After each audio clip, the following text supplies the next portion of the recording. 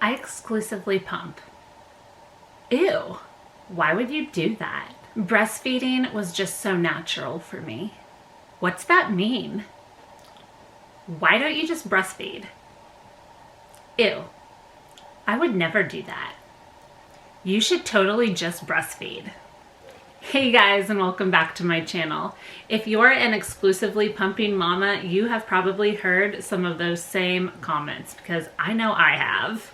In today's video, I'm going to be discussing why I chose to exclusively pump for both of my babies. I have a 2.5-year-old and a 9-month-old, and for my 2.5-year-old, I exclusively pumped for 6 months, and with my 9-month-old, I exclusively pumped for 9 months.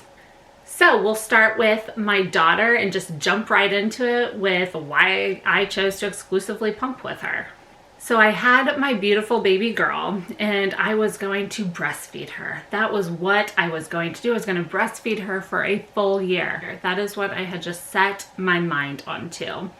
As soon as I had her and attempted to breastfeed, I don't even remember trying to breastfeed her on just my nipple first. The nurse that was assigned to me instantly put a nipple shield on me and just told me that it was going to be easier for her. So, I mean, I was a new mom. I had no clue. I just went with that. And so I tried breastfeeding her with a nipple shield, and she did like latch onto the nipple shield. After a while, the nipple shield was annoying the crap out of me. So I decided that I wanted to try and wean her from the nipple shield. Well, that did not work at all. She would not attach to just my nipple after she had the nipple shield. So from there, I was still in the hospital at this point when I was trying this, and I made an appointment with a lactation consultant while we were there so she could come in and help me try to get Greer on to just my nipple. And while she was in there, the lactation consultant just really kept pushing the nipple shield too. She said that it's something that we could work on like down the road. My gut just told me like if I didn't get rid of this nipple shield now, it was going to be such a crutch for her and it was going to create such an issue. So I kept trying to push of getting rid of the nipple shield, and Greer just would not take my bare breast. It wasn't working for her. Her latch was terrible when it was just my bare breast. So I started to discuss even like formula options with my lactation consultant if that was like a route that I chose to go. Like if I couldn't get her off the nipple shield and like I couldn't get her to attach to just my breast, if like she had any formula options that she suggested. I was a new mom, people. I had no clue. So I was, trying to get all the support that I could get. The lactation consultant literally told me she had no clue how babies survived off of formula and that breastfeeding needed to be my option. The fuck? Hello, people. Do not tell a new mom that. So that was the support that I got there. So crazy. I continued using the nipple shield because from what I had heard from the lactation consultant, that was how my baby was going to survive. So I did that for a few weeks, and every time I was taking Greer into the doctor kept telling me like, oh, I would like for her to gain a little bit more. So we cluster fed for like 2 weeks solid with the nipple shield on. And I thought I was doing such a good job. I thought Greer was doing such a good job.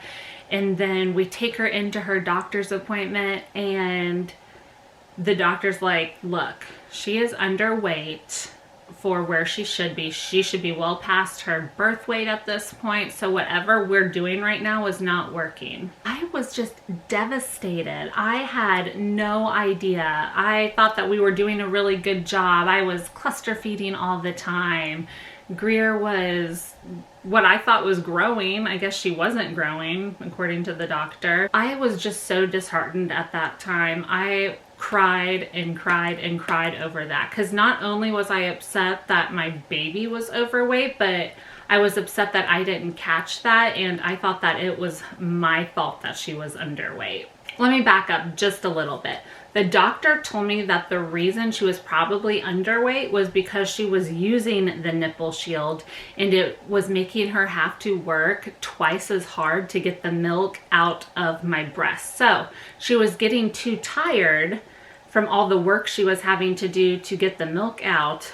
She was getting too tired before she was getting a full feed in. So all of her feedings were only like half feedings, which was probably why she was also cluster feeding a lot. So my options now at this point were breastfeed from just my breast without the breast shield, or formula. Well, if you remember, I had a lactation consultant tell me that she didn't know how babies survived off of formula.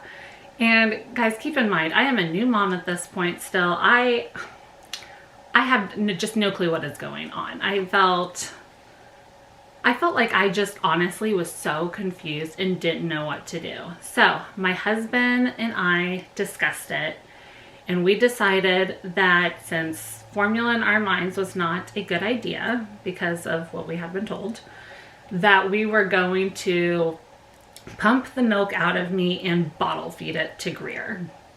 So that is the route I went on. I was exclusively pumping for her after 2 weeks of life until she was 6 months old.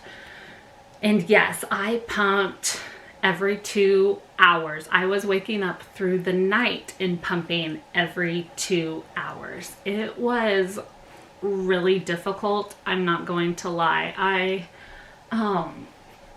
I really disliked it, guys. I was crying about it all the time. I told my husband I didn't know how I would be able to do this just like as part of my life every day, especially after he went back to work.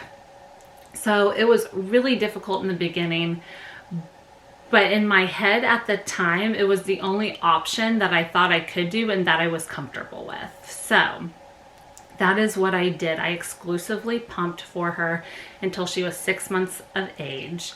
And at that point, I was like, I cannot do this anymore. Like, I need to get some of me back. I need to get some of my life back. And Greer was getting more active at that time, and we wanted to be able to do more things that I didn't feel like I could do because I was just always having to pump.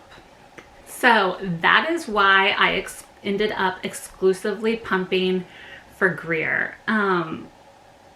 You know, it's a decision that I just made at the time with the information that I had. And I think I would make that decision for her again. I know it was really hard on me mentally and physically, but I do know that I was able to give her something that was so good for her, and that did make me feel very good about myself as a mom. I felt like I was doing something really good for her, and I did like that feeling. However, I swore with my second baby that I was not going to exclusively pump again, just because, I mean, it was just such a drain on all aspects of my life. It really is. Moms that exclusively pump, you guys rock. I mean, it is a lot of work, people. So I said I was not going to exclusively pump for my second baby, and on into that story of how I ended up exclusively pumping for 9 months. So I had my second born, and my original plan was that if he didn't latch right away, that I was going to just put him on formula, and that was going to be fine. Greer was on formula from 6 months on, and she was the healthiest baby, guys. She had not even been on antibiotics until she was 2 years old. Like, she was a very healthy child. So I was more comfortable with formula at this time. I didn't listen to crazy people telling me information that was incorrect. So I decided that if he didn't latch, if my second born Banks did not latch right away, that I was just going to put him on formula. And I was very comfortable with that decision. So after Banks was born, we tried to latch him to my breast, to my nipple, and he did actually latch, and I was really surprised. I don't know, I guess I just expected him to be just like how his sister was, but he did latch on. So I was really excited about that. I fed him just from my bare breast for several weeks, and for about a week, and he was doing like pretty good. And then I got like really, really engorged. And I remember that he was having a hard time latching on now because my boob was like a basketball. It was so hard, and he couldn't really like latch onto it anymore. So because he couldn't latch on easily, I decided to start pumping some milk for him. I started pumping, giving him a bottle, and you know, that was working pretty well for us. And it's something that I was very familiar with because I exclusively pumped for 6 months before. However, I had sworn to myself that I was not going to exclusively pump again, because not only now did I have a baby, but now I have a toddler that I need to take care of, and I didn't want exclusively pumping to take away from her. After a couple weeks of pumping for Banks and giving him bottles, you know, that's kind of just something we got in a groove of doing, and I decided to continue doing that. I did that for about 2.5 to 3 months, and then I decided, hey, I said I wasn't going to do this again, and I don't want to do it anymore. And I was very comfortable with drying up my supply and switching him over to formula. So that is what I decided to do. I dried up, I switched him over to formula, and all I thought was great in the world. I was like, oh, this is awesome. My kid's on formula, and I have a lot more time to hang out with like my daughter and my son, and it was, you know, it was great. Well, after I had dried up and switched him to formula, a few weeks later, he started having blood in his diapers. Y'all, if your kid has blood in their diaper, they need to go to the doctor. So we got to the doctor, and the doctor told me that he had a milk protein allergy. And so he had to be switched over to a special kind of formula. And